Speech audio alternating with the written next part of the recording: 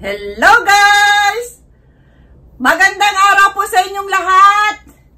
Andito na naman si ate ninyo sa harap ng kamera para na naman magbigay ng isang impormasyon na baka hindi nyo pa nalalaman.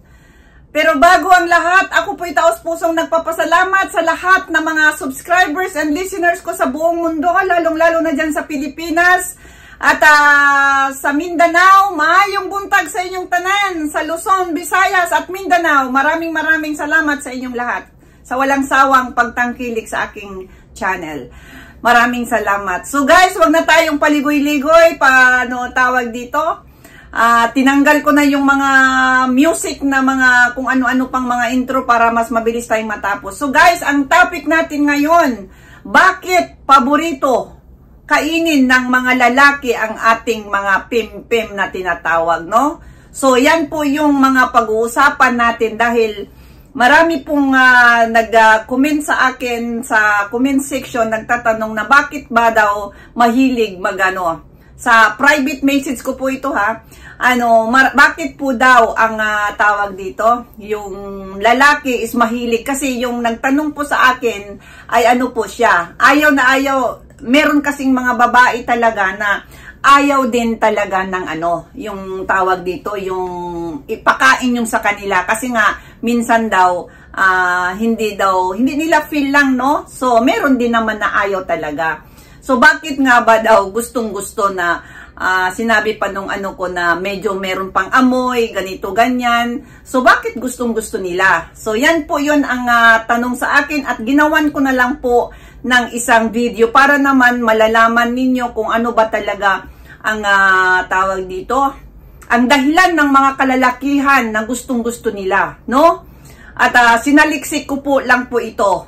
At nalaman ko sa napagtanungan ko po na isang Hapon o Japanese, no, na kakilala ko po, na kahit medyo man maselan pero natural, dinaan ko naman sa sa magandang paraan para itanong, no? So, guys, bakit nga ba? Alam nyo ba guys, ang mga kalalakihan ay gustong-gusto nilang magtagumpay, no? Sa mga tawag dito, sa lahat ng mga ginagawa ng mga kalalakihan, kapag sila ay mayroong mga tawag dito, may ginagawa sila na isang bagay, kailangan po ng lalaki na sila ay magtagumpay, no? Gusto nilang magtagumpay dahil kapag nakuha nila ang tagumpay na yun, doon po ang lalaki, mababaw lang po ang kaligayahan ng lalaki, ay yun lang po na kapag ang isang bagay na halimbawa kahit sa sa sportsman yan, basketball man yan, basta kung ano yung mga ginagawa nila, kailangan po silang manalo, no? Hindi siguro kagaya sa atin manalot sa hindi, ang ating damdamin ay okay lang kahit manalo, no, ganito, ganyan. Pero ang kalalakihan po hindi po guys. Kailangan sila ang mag-number 1, nasa isip nila. Kasi hunter yan sila. Gusto nila na talagang sila ang number, wala sa isip nila yung matalo sila. No, yan po ang pagkaiba ng pag-iisip ng minsan ng babae at isang lalaki, no?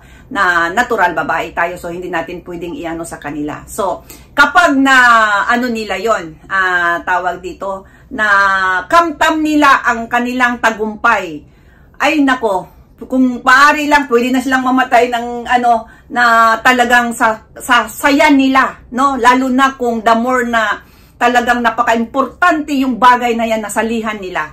So, at dito naman ngayon ay nasa usapan naman tayo ng sexual. So, kahit sa sexual na aktibidad, kailangan din nilang sila mismo ay kaya nilang paligayahin ang isang babae, no? So, yan po ang ibig kong sabihin na tawag dito, yung sa nila, sa kanilang mga gagawin sa isang babae na pwedeng magpaligaya sa isang babae, ay gagawin po nila lahat yan. Kaya, tayong mga babae, kung nasa actual tayo ng pakipagtalik sa sa mga mahal sa buhay natin, huwag po tayong mahiya na sabihin lahat kung ano yung gusto natin dahil gagawin po yan ng partner natin na lalaki. Dahil iba po yan sila. Kapag nasa aktual na po ng talik, ay kahit anong ipagawa mo yan, kaya wag mo na po kayong mahiya-hiya. Kaya yan po ang isa na po yan. No? So, dito na tayo sa bulaklak. Ang pagkain nila sa ating bulaklak ay isa sa pinakagusto karamihan sa mga kalalakihan dahil kahit wala pang aktual na talik, kaya na nilang palabasan ang kanilang partner. Gamit lang ang kanilang dila, ang kanilang kamay at mga kung ano-anong mga gamit o mga toys ba dyan, mga laruan. So, yan po ang isang paraan na ginagawa nila. Mas ramdam nila ang sarap na tinatamasa ng babae habang ginagawa nila ang pagsisid sa bulaklak nito. So, ano bang ibig sabihin yun, guys? Hindi pa nila ibig sabihin pinapasok yung sandatan nila, pero nakikita na nila mismo sa dalawang mata nila na naririnig nila yung habang ginagawa nila na pagkain doon sa bulaklak na yan. Ramdam na ramdam at kitang-kita nila sa dalawang mata dahil nakabuka po yung mata nila, guys, habang sumisisid sa natin. Nakikita nila, naririnig nila yung mga ungol at mga halinghing natin kapag nasasarapan na tayo. No?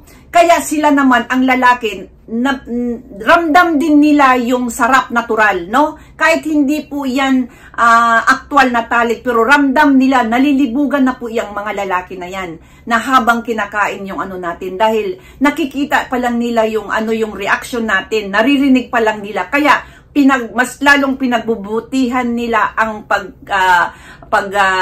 ng tinggil natin na tinatawag yung clitoris, no? Kasi nga, yun ang sinasabi ko na ang lalaki, basta yung ginagawa nila, kapag nasiyahan ang isang babae, ito po sa sexual na, ay talagang panalo siya, no? Dahil kapag ginagawa ng lalaki yung bagay, tapos walang reaction yung babae, natural, manlumo po ang lalaki. Na parang hindi tama yung ginagawa niya. Parang nawawalan siya ng self-esteem na tinatawag. Pero, kapag nakikita niya na ang babae ay halos mapasigaw sa ungol, halinghing, at sinasabi niyang pagbutihin mo pa, sige pa, ay naku, ang lalaki, wala na. Parang mababaliw na yan sila sa kaligayahan, guys. Kasi panalo sila. Yung ginagawa nila is tama. Ganyan po ang mga kalalakihan, guys, na kapag ang ginagawa nila ang isang bagay na merong good expression ba yan o impression ba yan, talagang masisiyahan sila. Kaya doon pa lang, mas lalong pinagbubuti nila, lalo na kapag umahalinghing, umuungol ka na, mas lalo nilang pagbubutihin yung ginagawa nila na habang tinitingnan nila tayo, na habang kinakain nila yung bulaklak natin, hanggang sa na tayo, yung makaraos na tayo, no? So, ganyan po, guys. Kaya bakit pa ang mga lalaki, paborito nila ang kumain? Hindi po yun ibig sabihin na kung ano-ano. Kahit pa yung bulaklak natin na may sinasabing, ay, amoy asim yun, ay wala po yan sa kanila. Wag naman po yung may karamdaman, may sakit, kasi ibang amoy na yon. Pero, ang natural na amoy ng isang babae na maasim-asim kaunti, is gustong-gusto po yan ng mga kalalakihan. Sarap na sarap po sila sa katas na napifeel nila sa kanilang dila. Sarap na sarap po yan sila. Wala po yan silang mga kung ano-anong mga diskriminasyon, no? Habang ginagawa nila yan. Labas na nga lang sa sinabi ko na kapag mayroong karamdaman yung isang babae na hindi niya alam, tapos nagkaroon ng malangsang amoy, ay iba pong usapan po yun, no? So, wag po natin pag-usapan yun. So, ang pag-usapan natin is positive.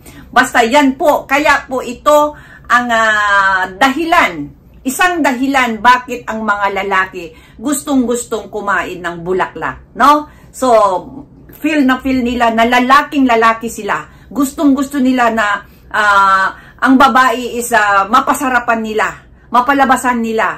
Kasi yun talaga ang gusto nilang mangyari sa kanilang partner, na para matawag dito, maligayahan, masiyahan. Kaya kung ano man ang nila, gagawin nila, guys. So, ayan po, guys. Sana Alam nyo na kung bakit ang ang mga kalalakihan ay gustong-gusto, paborito talaga ang kumain ng pechay.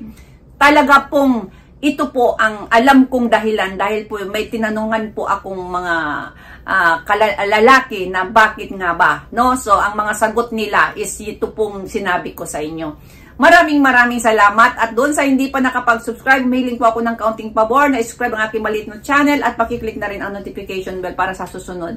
Updated po kayong lahat.